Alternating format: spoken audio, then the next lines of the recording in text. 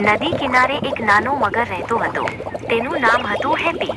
બધા મગર પાણીમાં રમતા, પણ હેપી હંમેશા કિનારે જ બેસી રહેતો.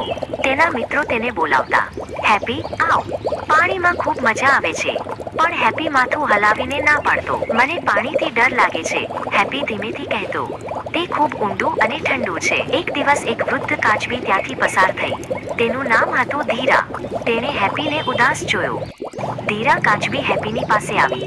બેટા, નદી માત્ર પાણી નથી, તેણે હળવેથી કહ્યું. તે એક અદ્ભુત દુનિયા છે. અંદર સુંદર માછલીઓ અને રંગબેરંગી છોડ છે. ધીરાએ સમજાવ્યું. જો તું મારી સાથે આવીશ, તો હું તને બધું બતાવીશ. હેપી થોડીવાર વિચાર્યો. પછી ધીમેથી તેણે પોતાનો એક પગ પાણીમાં મૂક્યો. તે ઠંડુ નહોતું, પણ ખૂબ જ આરામદાયક હતું. ધીરાએ તેને પ્રોત્સાહિત કર્યો. જોયું, તે ડરામણું નથી. હેપીએ બીજો પગ પણ પાણીમાં મૂક્યો. ધીમે ધીમે હેપી આખી નદીમાં ગયો. તેણે પહેલીવાર પાણીની અંદરની દુનિયા જોઈ. માછલીઓ તેની આસપાસ તરતી હતી અને છોડ લહેરાતા હતા. હેપી હવે ખુશ હતો. તેણે પોતાના મિત્રો સાથે પાણીમાં મજા કરી. નદી હવે તેનું ઘર હતું અને તેને પાણીથી જરાય ડર નહોતો લાગતો. હેપીને હસવું અને સ્મિત કરવું ખૂબ ગમતું હતું. તેના દાંત ખૂબ મોટા હતા, તેથી બીજા પ્રાણીઓ તેને જોઈને ડરી જતા હતા. હેપી બધા સાથે મિત્રતા કરવા માંગતો હતો, પણ જેવો તે કોઈની પાસે જાય કે તરત જ બધા પ્રાણીઓ ભાગી જતા.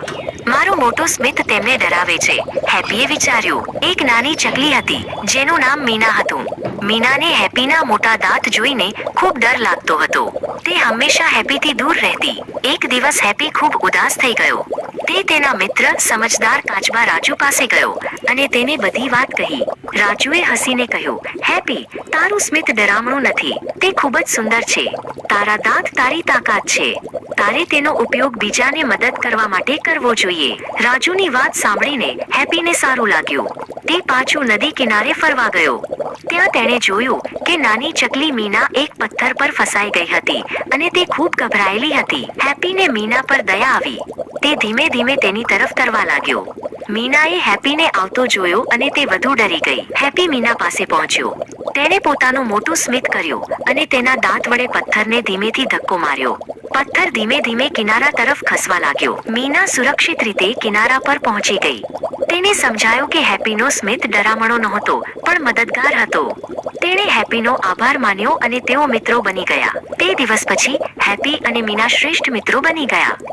નદીના બધા પ્રાણીઓને સમજાયું કે હેપીનું સ્મિત તેના દયાળુ હૃદયની નિશાની છે.